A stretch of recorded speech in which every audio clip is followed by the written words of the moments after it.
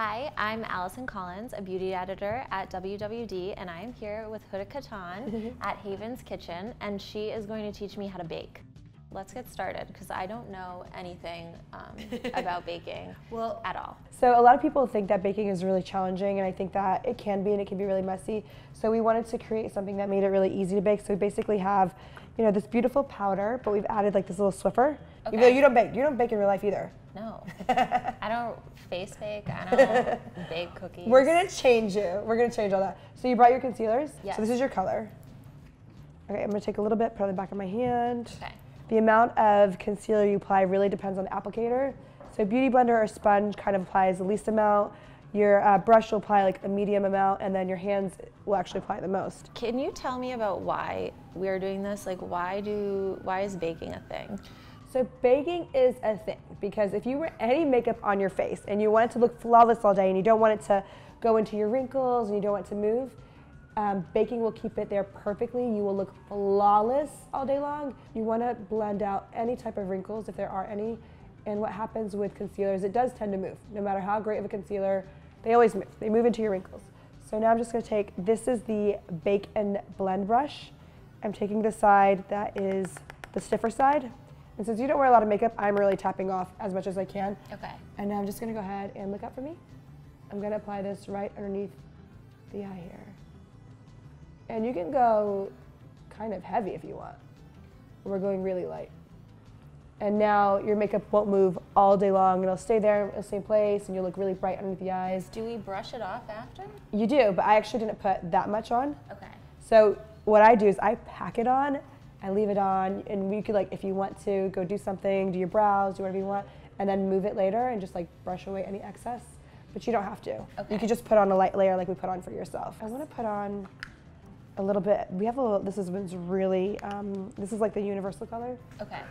And what you can do is you can add a little bit there. And you can see, like, when I open it. That it's like. Yeah, and so that's why this little Swiffer makes it just a lot easier to apply.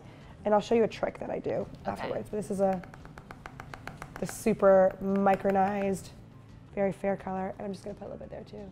I'm going to look so not tired today. But what's great is that, like, all day long your makeup will stay in place and you won't have any smudging of mascara, anything like that. It looks really great. My mascara does smudge. Yeah, it's because you don't bake. I have a question. I feel like usually when I see baking powder, it's in this translucent powder, but you have 8 different colors. Yes, we do.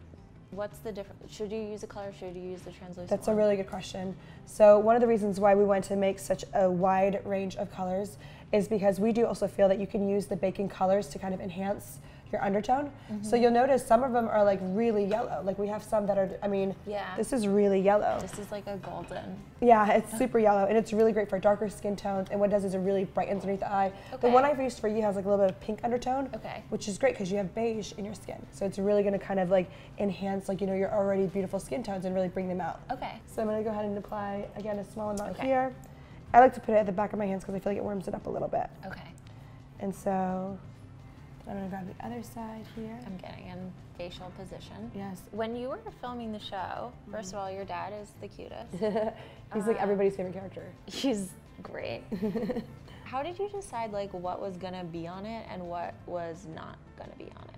Everybody has like a different approach to what they want to show, and for us, it was important to show everything. Wow. That's a lot of powder. It's like snowing in here. Let me have you look up. And so if you want to, you can actually take that full amount of powder and pack it underneath. I feel like that's what I see on YouTube. That's the way to do it. But on you, I didn't want to overwhelm you. I'm trying to convert you. So I'm trying to show you that you don't need to be a cake face. This is the moment of truth. Okay. Should I shut my eyes? Yeah, shut your eyes. Okay. And then tell me what you think. It looks really good. It looks beautiful. Yeah.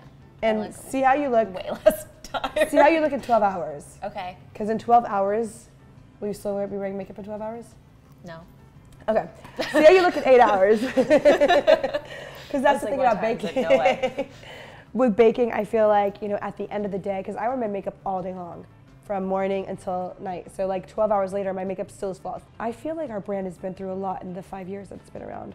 I feel like the first couple years, we were a mom and pop shop. I actually don't feel like we were a real company the first couple years. We were operating out of my living room. And that was everything. That was warehouse, everything, you know. We had a distributor. We didn't have control over anything either. And that was really challenging because we weren't able to really be who we were. And then when my husband came on board about 3 years ago, that's when we got in office. We brought a team involved. We hired people. We did everything internally. And that's when I felt like things changed. So I really feel like we became an official company about 3 years ago. And everything changed. You know, we started to like, you know, take everything, not that we didn't take things seriously, but, you know, we had working hours.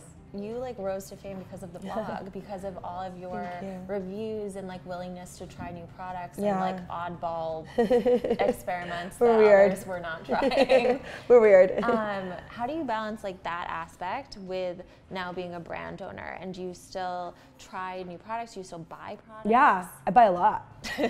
We do get sent a lot, but I still buy. I still spend. I think before I was spending around $5,000 a month. It was like 3, then it became 4, then it became 5. I think now it's about $10,000 a month on beauty products.